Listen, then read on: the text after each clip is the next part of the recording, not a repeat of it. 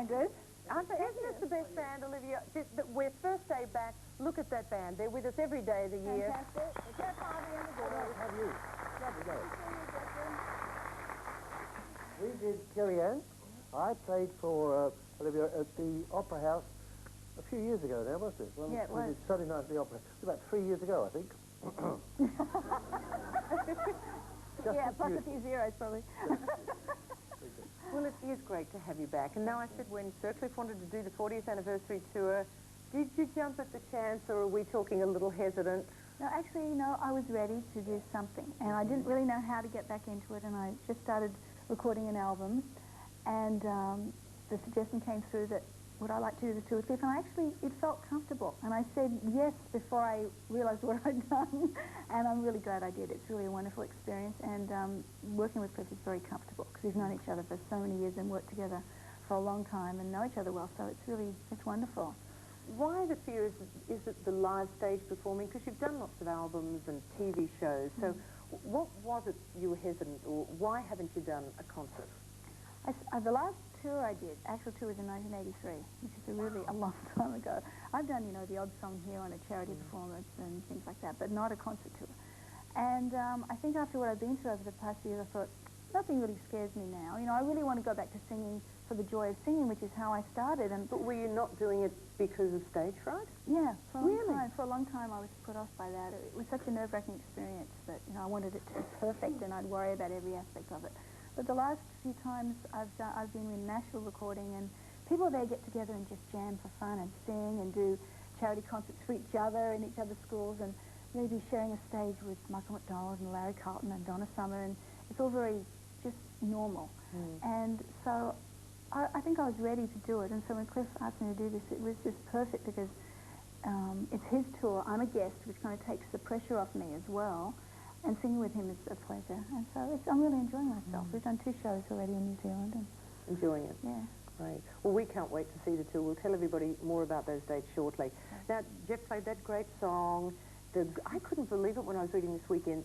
This coming June is the 20th anniversary of Grease. Isn't that amazing? I can't believe it, 20 years. Whoa. And look at you. We're looking at this now. What, you played a very, very convincing teenager. Yeah, and I was way over it. I was 29, and I think the average age of us was late 20s. I'm a few years older than John, but it was really fun because, you know, in Australia, uniform, segregated school, and all that stuff. So to be in this school where we're all like dressed in our own clothes and the guys and girls mingle, it was like I was like reliving the teenage thing I didn't have. So it was really fun. Now that song you did a duet recently with Vince Gill in Nashville. Yes. Was that at the Grand Ole Opry? Yes, it was for Operation Smile, which is a fundraiser for children with deformities. It's really wonderful. Surgeons go around the world and help children in different nations that can't afford surgery. So it was a very special night.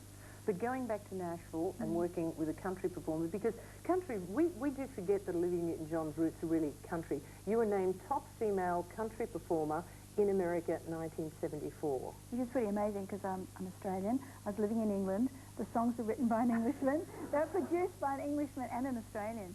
So as you can imagine, it was a bit of an uproar. And they weren't very thrilled with me at the time, you know. I felt it was a bit cheeky. And they're fine now. And there are a few supporters. Loretta Lynn and Dolly Parton were really supportive. Oh, my goodness. You dug up the archives, haven't you? Oh, this is perfect. Thanks to Ohio. Yeah. Actually, it was my manager in the old days, Peter Gormley, who was also Cliff's manager, which is really how we got together, who suggested this kind of style for my singing.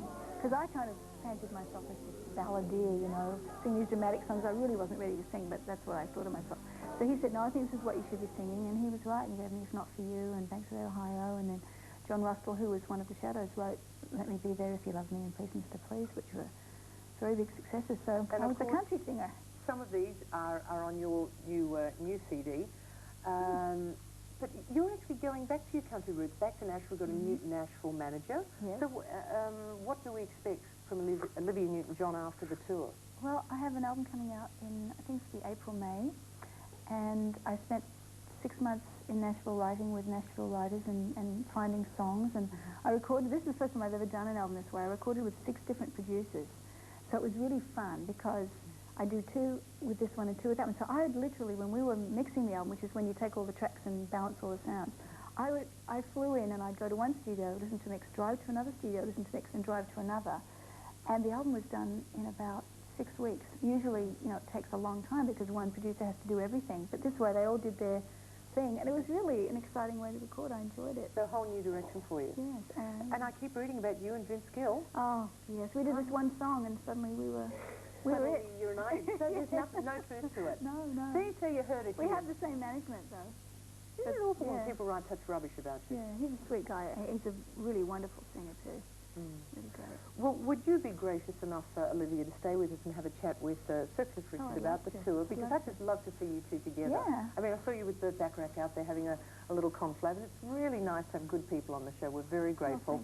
And as you know by now, Olivia and Sir Cliff touring Australia to coincide with the tour. This is the album, again, the singles, limited edition, digitally remastered. Of course, we all know what that means. Jeff? It means it's damn good. It's the greatest hit. Sound better. Olivia, thank you. Please stay with us. We'll be back with more on Midday after this.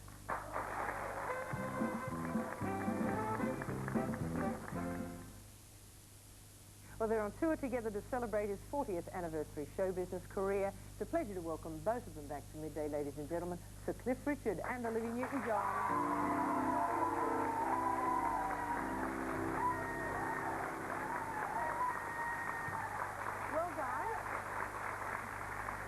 You've tested the water. You've done a couple of shows in New Zealand. We're about to see the debut in Australia. How long have you two known each other? Do you remember first meeting?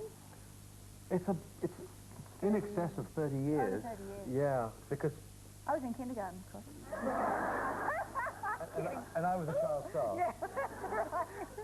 But Pat Carroll from Melbourne and Olivia came over to England and did an act together. And in fact, I got them to sing backing vocals for me for a couple of tours, certainly. And we had trouble with them, great trouble with them. You should tell them that story. Everybody thinks I'm a nice guy, but, you know, there's a limit to what we nice guys will put up with. I can remember coming out on stage in either Munich or Frankfurt or something, and I noticed that standing up there, I'd be singing, young one, and there's all these guys looking this way.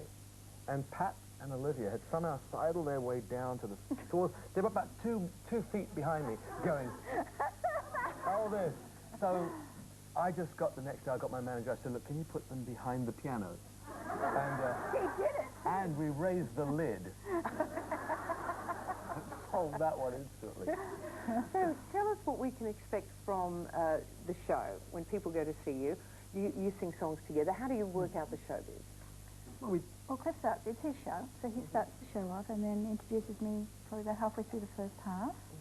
And I do a couple of songs by myself. And Big then, famous songs of hers. Yeah. And we have an orchestra, so it's really gorgeous. The sound is really gorgeous. Philharmonics.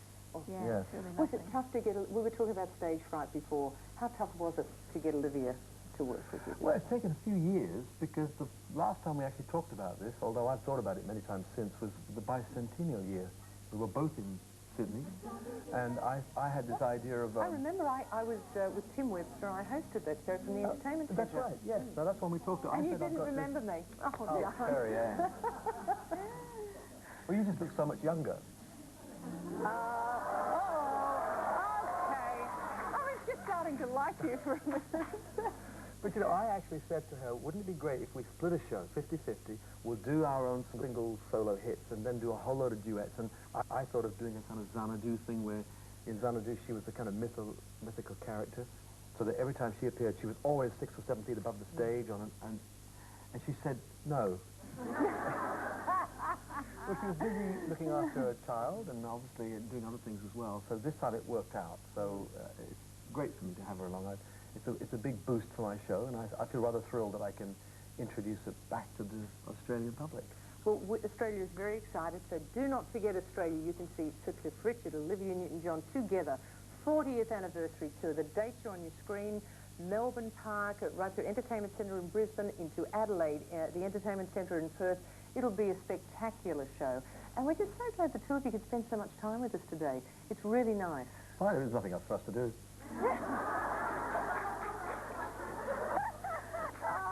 You just started off.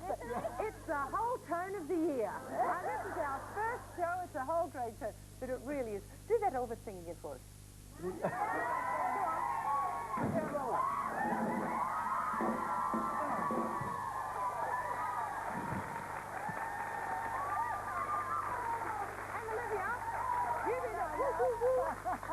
Go ahead and dance it.